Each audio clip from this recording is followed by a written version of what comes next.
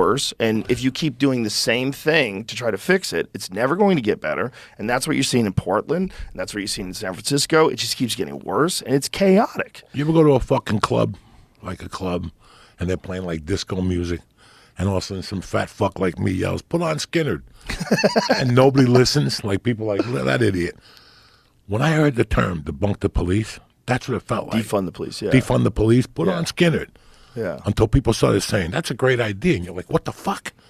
And that's what was going on. Too many people were yelling, put on Skinner, with different ideas at that point. Yeah. And you're like, what do you mean? Dog, listen, let's get something straight. You're going to hear this from me one fucking time. I was born a nice kid. Somewhere along the line, I lost my fucking way. Somewhere along the line, when you suffer a traumatic experience when you're a young man, you stay stuck for a few years. Or a young woman, you stay stuck. That's why women become, they become, what is that word? Prostitutes? No. When you like to fuck, the proximity, whatever that fucking word is. Nymphomaniacs? No, that's not the Promiscuous. word. Promiscuous. Oh. You know, when you suffer a dad or a mom or a grandmother you were tight with, you get stalled for a couple of years. I'm not making excuses. These are all proven things. You got to read this shit. You just don't grow until the reality comes to you of what happened. You're still in shock when your mom dies or your father dies. And somewhere along the line, I went off the rails. And I'm sorry for that. I never disrespected a cop, Joe. In all the stories I tell you, you never hear any disrespect of a police officer. Never. Well, you knew cops. Fuck that. But that's part of it, too. You know who raised me when I was a young kid? PAL. PAL. Police Athletic League on 88th Street in Amsterdam. I grew up in there. That's where I learned how to shoot pool. Really? That's where I learned how to shoot guns. They took you to the 25th Precinct, and you shot at targets. They took you to the park. I was a big PAL guy. Then I moved to Jersey. Fucking baddest PAL boxing coach, Cuban coach, Mr. Gamio. I never trained with him. He didn't like me. But I knew his sons and his kids, you know. But PAL, Mr. Marino, that dude used to drive us everywhere.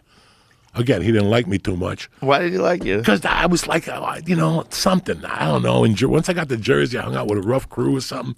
At that age, they didn't like me in bitty basketball, so I didn't play in Union City. But I always had respect for the PAL.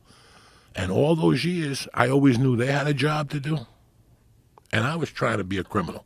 I can't take it out on them. Right. You never heard me say bad shit about cops.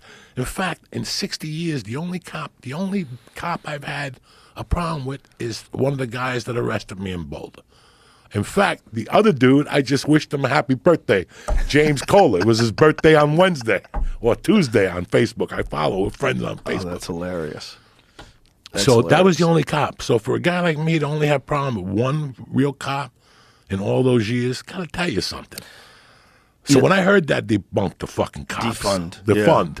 Go fuck yourself. It's so ridiculous. You're the same motherfuckers that are going to be crying for the same cops to come to your house in 5 years. 100%. And then they were talking about having people come over to your house and just talking to you. Yeah. Like during, 2 safety officers. And now this shit that they're doing with bails. It's crazy. It's almost like they want everything to fall apart. This is like something that you hear. Yeah, we're going to have bail reform. And you're like, okay, yeah, I'll put on Skinner. Again. Yeah. Bail reform. So what you're telling me is right now they have a huge problem in New Jersey with stolen cars. And these motherfuckers got it down to a science. They're stealing them, and they take them right to the port in Newark. There's no more middlemen.